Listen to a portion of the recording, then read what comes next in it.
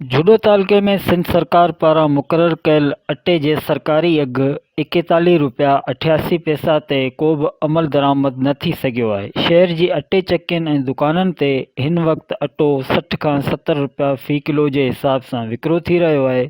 अटे जे अघनि में ॻाटे तोड़ इज़ाफ़े सबबि ग़रीब तबिको बुखूं काटण ते मजबूर आहे, पर जूडो इंतिज़ामिया अटे जे सरकारी अघनि ते अमल कराइण में नाकाम थी वई आहे, जंहिं सबबि जूडो जी अवाम खे को बि रिलीफ न मिली सघियो आहे।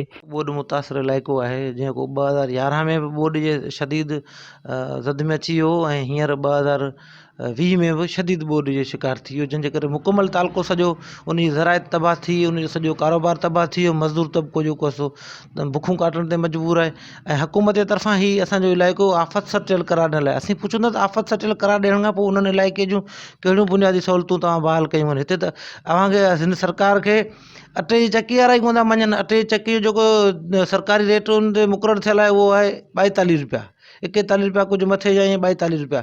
उहे अटे जी चक्की 60 खां ₹70 अटो विकिणी माण्हुनि ग़रीबनि मिसकिननि पोरितनि जी जेके डेली वेजिस ते कमाइण वारा आहिनि उन्हनि जी उबती खल पियल आहिनि। दादा जुडे में असांखे सरकारी अघ ते अटो कोन थो मिले।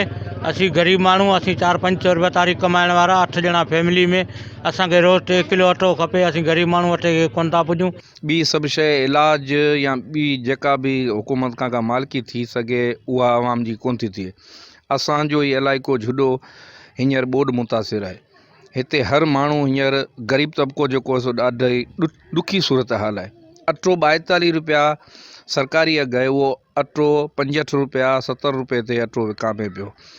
हींअर जेका सूरत हाल आहे हिन में ग़रीब माण्हू अटे लाइ परेशान आहे। किलो 2 किलो वठण वारा अटे वारा माण्हू ॾाढा परेशान आहिनि। जो अघु मुक़ररु कयो वियो ₹42 किलो आहे, पर हिते जुडे में जेका आहे नायल इंतिज़ामिया जेका आहे उहा कुझु बि नथी करे। AC मुख़्तियारकार जेके उहो बि कुझु नथा कनि। हिते जेको ₹60 किलो विकामजे पियो, जेको असां जेका आबादगारनि खां हिननि जेका कणिक ख़रीद कई हुई उहा ₹1100-1200 मण ख़रीद कई हुई, पर अॼु उहो जो ₹2400 मण जेके ग़रीब हारी मिसकिन पोर जेके दिहाड़ीदार आहिनि उहे किथां अटे लाइ तमामु परेशान आहिनि। अटे जो रिलीफ उन्हनि खे ॾिनो वञे। जेको ही अटे जो रेट मुक़ररु कयो वियो सो आहे ₹42 किलो जे हिसाब सां, पर हिते असांजे जुडे शहर मंझि ग़रीब माण्हुनि जी आबादी तमामु वधीक आहे।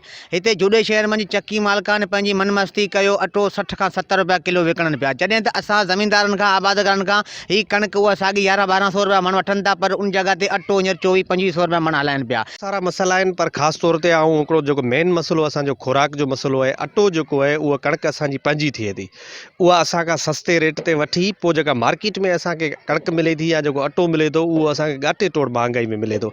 हींअर सूरत हाल इहा आहे त जुडे में ₹42 जेको आहे जो सरकारी अघु मुक़ररु थियल आहे अटे जो, पर अटो असांखे ₹70 खां ₹80 किलो मिले पियो। जूडो जे रवासिन सिंध सरकार खां मुतालबो कयो आहे त मामले जो नोटिस वठी अटे जे सरकारी अघनि ते अमल दरामद करायो वञे। कैमरा टीम सां गॾु सुरेश कुमार, टाइम न्यूज़, जूडो।